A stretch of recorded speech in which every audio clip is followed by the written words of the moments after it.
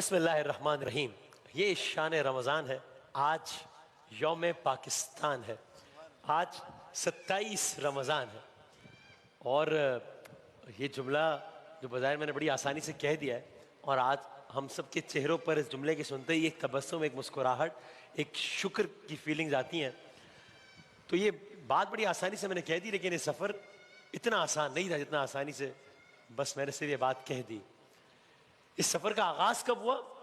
1857 की जंग आज़ादी के बाद सर सैयद अहमद ख़ान ने फैसला किया कि मुसलमानों को एक अलहदा शनाख्त दिलवानी है।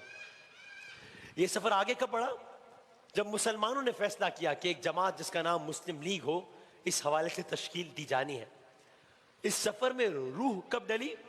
जब मोहम्मद अली जिन्ना इस काफिले का हिस्सा बन गए। मिल्लत का पासबां है मोहम्मद अली जिन्ना, मिल्लत है जिस्म जहां है मोहम्मद अली जिन्ना। इस सफ़र को वजूद कब मिला? जब अल्लामा मोहम्मद इकबाल के ख्वाब ने इस सफ़र में अपना हिस्सा डाला। ऐलान हुआ मंटो पार्क लाहौर में, और फिर काफिलों ने नारे बुलंद करना शुरू किए। और वो नारे क्या थे? सीने पे गोली खाएंगे, पाकिस्तान बनाएंगे। सीने पे गोली खाएंगे, पाकिस्तान बनाएंगे। और फिर तारीख ने साबित किया कि ये नारे सिर्फ लफ्ज़ी नहीं थे, ये नारे सिर्फ जोशी खिताबत में कहे गए दो जुमले नहीं थे। तारीख ने साबित किया कि ये नारे जब वाकई गोलियां खाने का वक्त आया सीने पर, तो सबने गोलियां खाई और सबने पाकिस्तान बनाया। पुलों के आगे नौजवान मर्दों ने अपने सीनों पर तलवार और गोलियां बर्दाश्त की। अपनी नामूस की हिफाजत की खातिर बच्चियों ने कुओं में छलांगे लगाई। बाप ने ट्रेन में जगह ना होने की वजह से अपने खानदान को रवाना करके अगली ट्रेन के इंतजार में जान दे दी, लेकिन कोई भी मकसद पाकिस्तान से पीछे नहीं हटा। बिलाखिर अल्हम्दुलिल्लाह उन थके कदमों, बिलाखिर अल्हम्दुलिल्लाह उन लागर जिस्मों मगर मजबूत जज्बों से सरशार इन कानों में एक आवाज सुनाई दी, तुलुए सुबह आजादी। ये आवाज सबके कानों में आई, ये ऐलान सबके कानों से गुजरा, और फिर इस ऐलान ने गोया तमाम थकन उतार दी।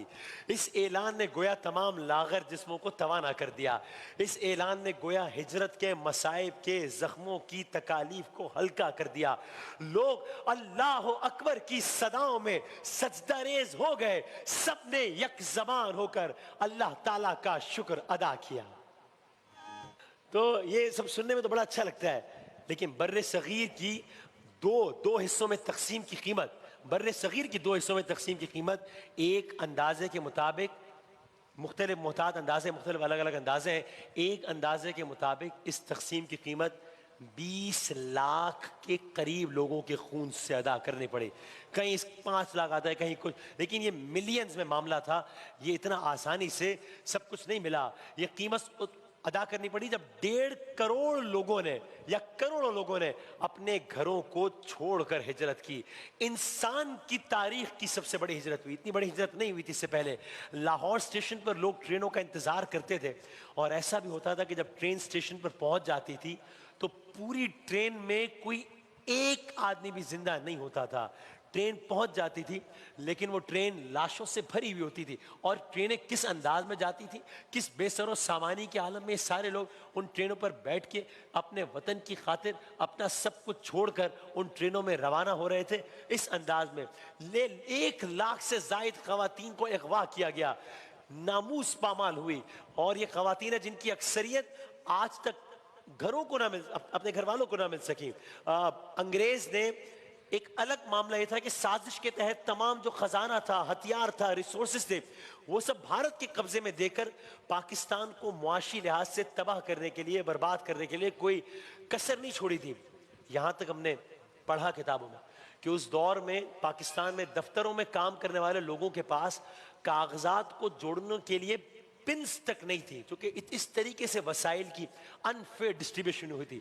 ऐसे वाकयात भी आए कि दरख्तों के कांटों से कागजात मुंसलिक किए गए थे, लेकिन जज्बा था, एक वलवला था और नारे थे, बटके रहेगा हिंदुस्तान, लेके रहेंगे पाकिस्तान।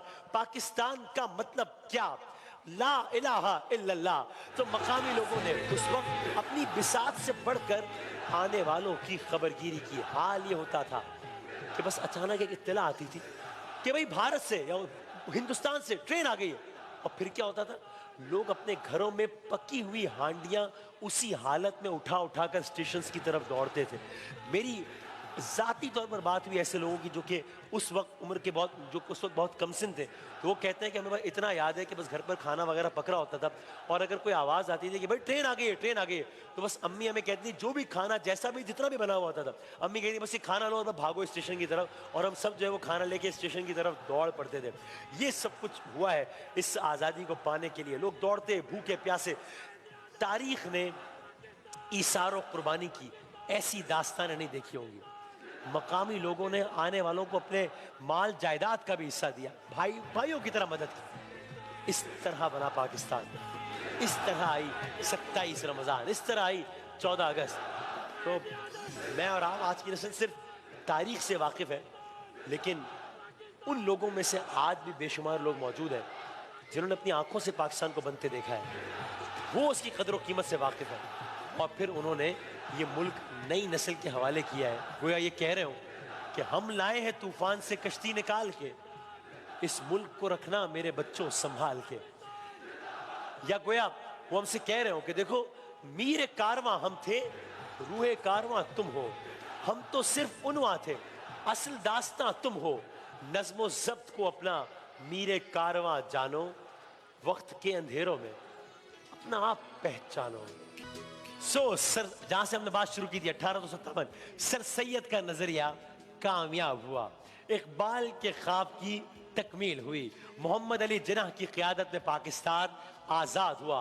इत्तेहाद, तंजीम, यकीन मोहकम का सबक पढ़ाते हुए कायदे आज़म ने एक नए सफ़र का आगाज़ किया। सफ़र आज भी जारी और सारी है। आज भी हर दिल, कभी अपने ज़बान से हम नारा लगा रहे होते हैं पाकिस्तान जिंदाबाद का, लेकिन अगर कभी अमलन अपनी ज़बान से अल्फाज ना भी कह रहे हो, तो दिल की एक एक धड़कन आज भी कह रही होती है, दिल दिल पाकिस्तान, जान जान पाकिस्तान। आज यौम आज़ादी 27 रमज़ान मुबारक। इंशाअल्लाह ये वतन ता क़यामत कायम रहे, हम हो ना हो ये वतन कायम रहे, ये वतन शाद रहे, ये वतन आबाद रहे। पाकिस्तान कल भी जिंदाबाद था, पाकिस्तान आज भी जिंदाबाद है, पाकिस्तान ता क़यामत जिंदाबाद रहेगा। आज के सेगमेंट का इख्तिताम भी इसी नारे से करते हैं, और वो नारा है मेरे आपके, हम सबके दिलों की धड़कन, हम सबके दिलों की आवाज़, और वो नारा है पाकिस्तान जिंदाबाद।